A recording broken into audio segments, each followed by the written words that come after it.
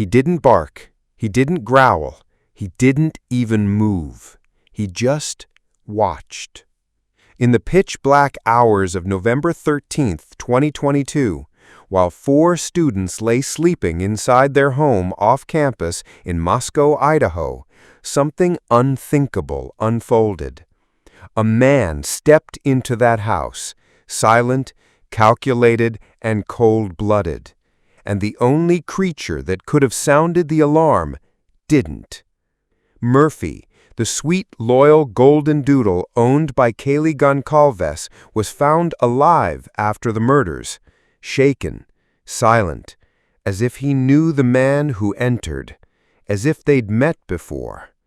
Now, over a year later, chilling new details suggest this wasn't just a coincidence, that the killer may have made contact long before the attack, that Bryan Kohberger may have befriended the dog before the bloodshed began. This is The Dark Stories, where we dive deep into the world's most haunting crimes, not just to understand what happened, but how and why.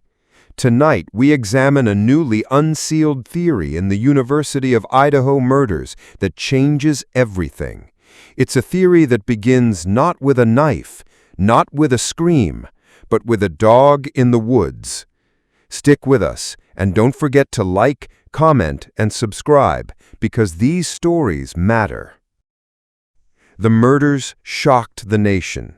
On the night of November 13, 2022, 4 University of Idaho students were stabbed to death in their home on King Road.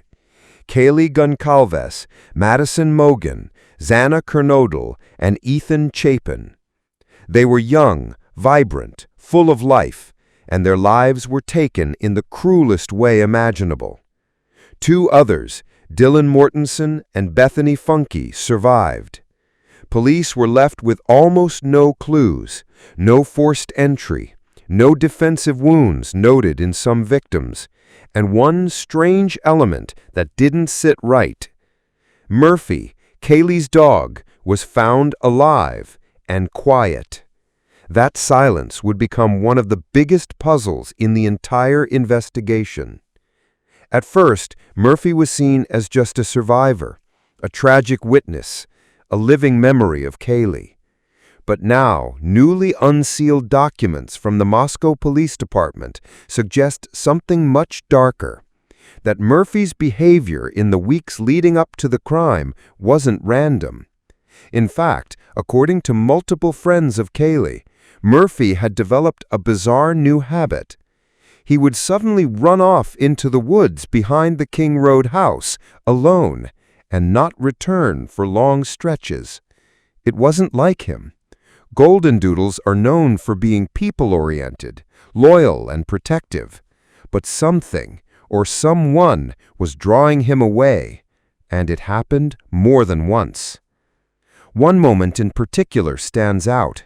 Just days before the murders, during a Halloween gathering at the house, guests witnessed Murphy once again darting into the trees behind the home. And then they heard something. Not an animal, not wind, but footsteps, human, moving through the woods.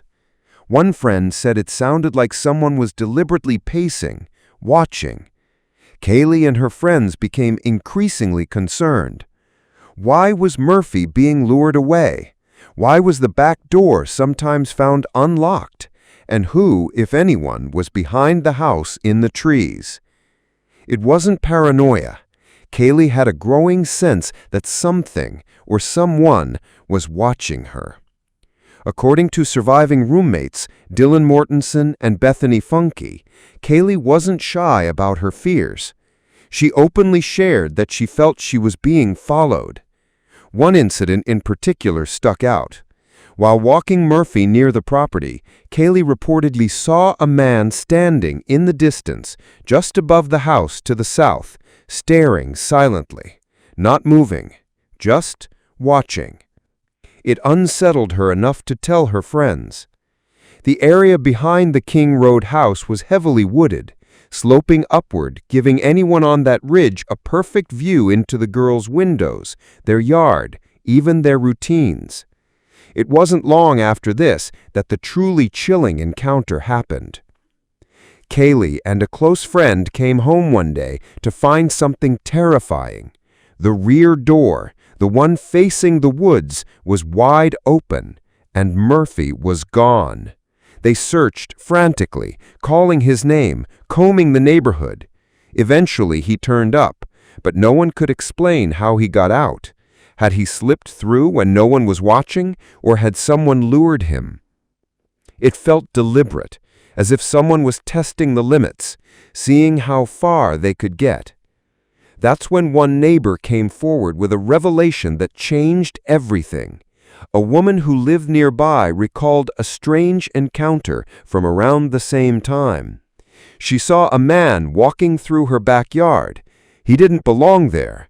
When she called out, telling him it was private property, he didn't answer. He didn't even look at her. He just kept walking, the same route, same direction, toward the back of the King Road house. She remembered his hair, curly, his features, a prominent nose, his demeanor, nervous. Later, after seeing images of Bryan Kohberger in the news, she made a chilling statement. "I'm 92% sure it was him." This was before the murders. That's where this theory begins to take shape and where it becomes almost too calculated to ignore. The central idea is this: Bryan Kohberger may have intentionally befriended Murphy, not for kindness, not for compassion, but for access. Murphy was the natural alert system in that house. If a stranger had entered in the dead of night, Murphy would have barked, clawed, growled, maybe even alerted the others. Unless he already knew the intruder. Unless the man in the woods had been meeting him, feeding him, talking to him, winning his trust bit by bit. So when Bryan Kohberger entered the King Road house on November 13, sometime around 4 a.m., Murphy didn't bark. He didn't raise the alarm. He stayed quiet until it was too late. According to investigators, Murphy remained near Kaylee and Madison's bodies, loyal, still. The police noted he didn't begin barking until after the killer had fled the scene. Some would say it's a coincidence. Dogs are unpredictable.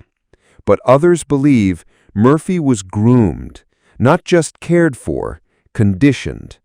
A bond, however false, had been built, and it was used against everyone in that house.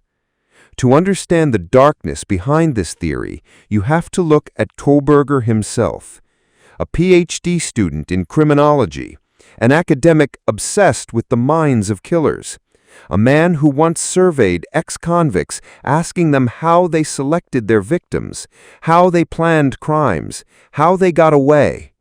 He wasn't impulsive, he was methodical.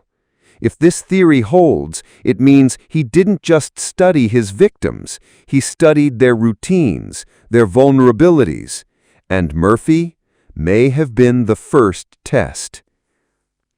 After the murders, police found Murphy alive inside the house. He had not been harmed. Some saw that as a rare show of mercy, but through the lens of this theory, it may have been something far darker. Perhaps Murphy wasn't a threat. Perhaps he had served his purpose. He had let the killer in.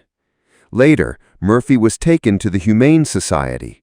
Kaylee's ex-boyfriend, who had loved the dog deeply, picked him up. He now lives with family, a living link to a lost soul. But even now, it's hard not to wonder what Murphy remembers, what he saw, what he knew. This theory, that Kohberger befriended the dog to gain access, may be just that, a theory. But it's backed by sightings, statements, behavior patterns, and that one undeniable fact: Murphy didn't bark. It's the kind of detail that reveals a deeper level of intent. This wasn't just about violence. It was about precision, about control, about knowing every detail, even the dog's name. Evil doesn't always charge through the front door. Sometimes it waits in the trees, listens, watches, offers a treat, and waits for trust to form before it destroys everything. If this case left you haunted, you're not alone.